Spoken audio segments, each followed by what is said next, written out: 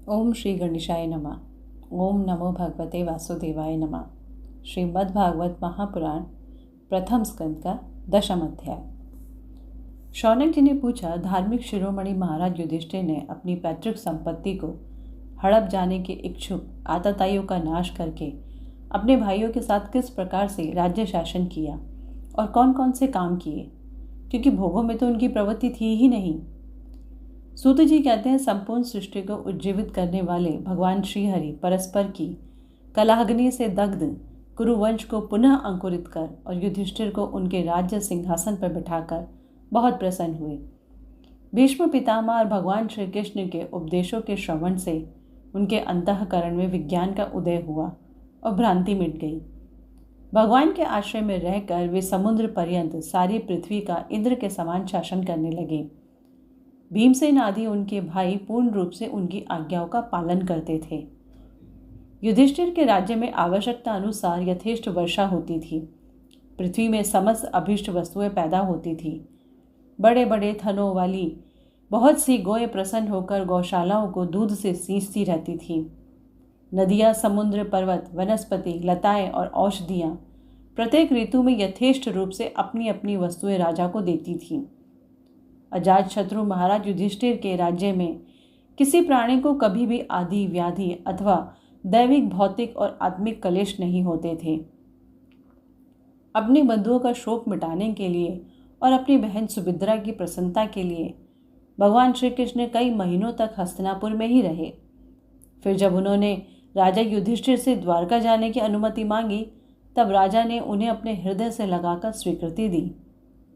भगवान उनको प्रणाम करके रथ पर सवार हुए। समान उम्र वालों ने उनका आलिंगन किया और छोटी उम्र वालों ने प्रणाम। उस समय सुभद्रा, द्रौपदी, कुंती, उत्तरा, गांधारी, धृतराष्ट्र, युयुत्सु, कृपाचार्य, नकुल, सहदेव, भीमसेन, धौम्य और सत्यवती आदि सब मूर्छित से हो गए। वे शांगपाणी श्री कृष्ण का विरह नहीं सह सके। भगवत भक्त सत्पुरुषों के संग से जिनका दुसंग छूट गया है, यह विचारशील पुरुष भगवान के मधुर मनोहर सुयश को एक बार भी सुन लेने पर फिर उसे छोड़ने की कल्पना भी नहीं करता। उन्हीं भगवान के दर्शन तथा स्पर्श से, उनके साथ आलाप करने से तथा साथ ही साथ सोने, उठने, बैठने और भोजन करने से जिनका संपूर्ण हृदय उन्हें समर्पित हो चुका था, वे पांडव भला उनका विरह कैसे सह सकते थे। उनका चित्त द्रवित हो रहा था। वे सब निर्विशेष नेत्रों से भगवान को देखते हुए स्नेह बंधन से बंध कर जहाँ तहाँ दौड़ रहे थे। भगवान श्री कृष्ण के घर से चलते समय उनके बंधुओं की स्त्रियों के नेत्र उत्कंठतावश उमड़ते हुए आंसुओं से भर आए, परंतु इस भय से कि कहीं यात्रा के समय अपशकुन न हो जाए, उन्हें बड़ी कठिनाई से उन्हें रोक लिया। भगवान के प्रस्थान के समय मृदंग, शंख, भेरी, वीणा, ढोल, नरसिंगे, धुंधुरी, नगारे, घंटे और दुंदुभियाँ आदि बाजे बजने लगे। भगवान के दर्शन की लालसा से कुरुवंश की स्त्रियां अटारियों पर चढ़ गई और प्रेम, लज्जा एवं मुस्कान से युक्त चितवन से भगवान को देखती हुई उन पर पुष्पों की वर्षा करने लगी। उस समय भगवान के प्रिय सखा घुंघरालू बालों वाले अर्जुन ने अपने प्रियतम श्री कृष्ण का वह श्वेत छत्र, जिसमें मोतियों की झालर लटक रही थी और जिसका डंडा रत्नों का बना हुआ था, अपने हाथों में ले लिया। उद्धव और सात्यकी बड़े विचित्र चंवर डुलाने लगे। मार्ग में भगवान श्री कृष्ण पर चारों ओर से पुष्पों की वर्षा हो रही थी। बड़ी ही मधुर झांकी थी। जहाँ तहाँ ब्राह्मणों के दिए हुए सत्य आशीर्वाद सुनाई पड़ रहे थे। वे सगुण भगवान के तो अनुरूप ही थे, क्योंकि उनमें सब कुछ है, परंतु निर्गुण के अनुरूप नहीं थे, क्योंकि उनमें कोई प्राकृतिक गुण नहीं है। हस्तिनापुर की कुलीन रमणियाँ, जिनका चित्त भगवान श्री कृष्ण में रम गया था, आपस में ऐसे बातें कर रही थी जो सबके कान और मन को आकृष्ट कर रही थी। वे आपस में कह रही थी, सखियों, ये वे ही सनातन परम पुरुष हैं जो प्रलय के समय भी अपने अद्वितीय निर्विशेष स्वरूप में स्थित रहते हैं। उस समय सृष्टि के मूल में तीनों गुण भी नहीं रहते। जगद आत्मा ईश्वर में जीव भी लीन हो जाते हैं और महतत्व आदि समस्त शक्तियाँ अपने कारण अव्यक्त में सो जाती हैं। उन्होंने ही फिर अपने नाम रूप रहित स्वरूप में नाम रूप के निर्माण की इच्छा की तथा अपनी काल शक्ति से प्रेरित प्रकृति का, जो कि उनके अंशभूत जीवों को मोहित कर लेती है और सृष्टि की रचना में प्रवृत्त रहती है, अनुसरण किया और व्यवहार के लिए वेद आदि शास्त्रों की रचना की। इस जगत में जिसके स्वरूप का साक्षात्कार जितेंद्रिय योगी अपने प्राणों को वश में करके भक्ति से प्रफुल्लित निर्मल हृदय में किया करते हैं, ये श्री कृष्ण वही साक्षात पर ब्रह्म है। वास्तव में इन्हीं की भक्ति से अंतःकरण की पूर्ण शुद्धि हो सकती है, योग आदि के द्वारा नहीं। सखी, वास्तव में ये वही हैं जिनकी सुंदर लीलाओं का गायन वेदों में और दूसरे गोपनीय शास्त्रों में व्यासादि रहस्यवादी ऋषियों ने किया है, जो एक अद्वितीय ईश्वर है और अपनी लीला से जगत की सृष्टि, पालन तथा संहार करते हैं, परंतु उनमें आसक्त नहीं होते। जब तामसी बुद्धि वाले राजा अधर्म से अपना पेट पालने लगते हैं, तब यही सत्वगुण को स्वीकार कर ऐश्वर्य, सत्य, रीत, दया और यश प्रकट करते और संसार के कल्याण के लिए युग युग में अनेकों अवतार धारण करते हैं। अहो, यह यदुवंश परम प्रशंसनीय है, क्योंकि लक्ष्मीपति पुरुषोत्तम श्री कृष्ण ने जन्म ग्रहण करके इस वंश को सम्मानित किया है।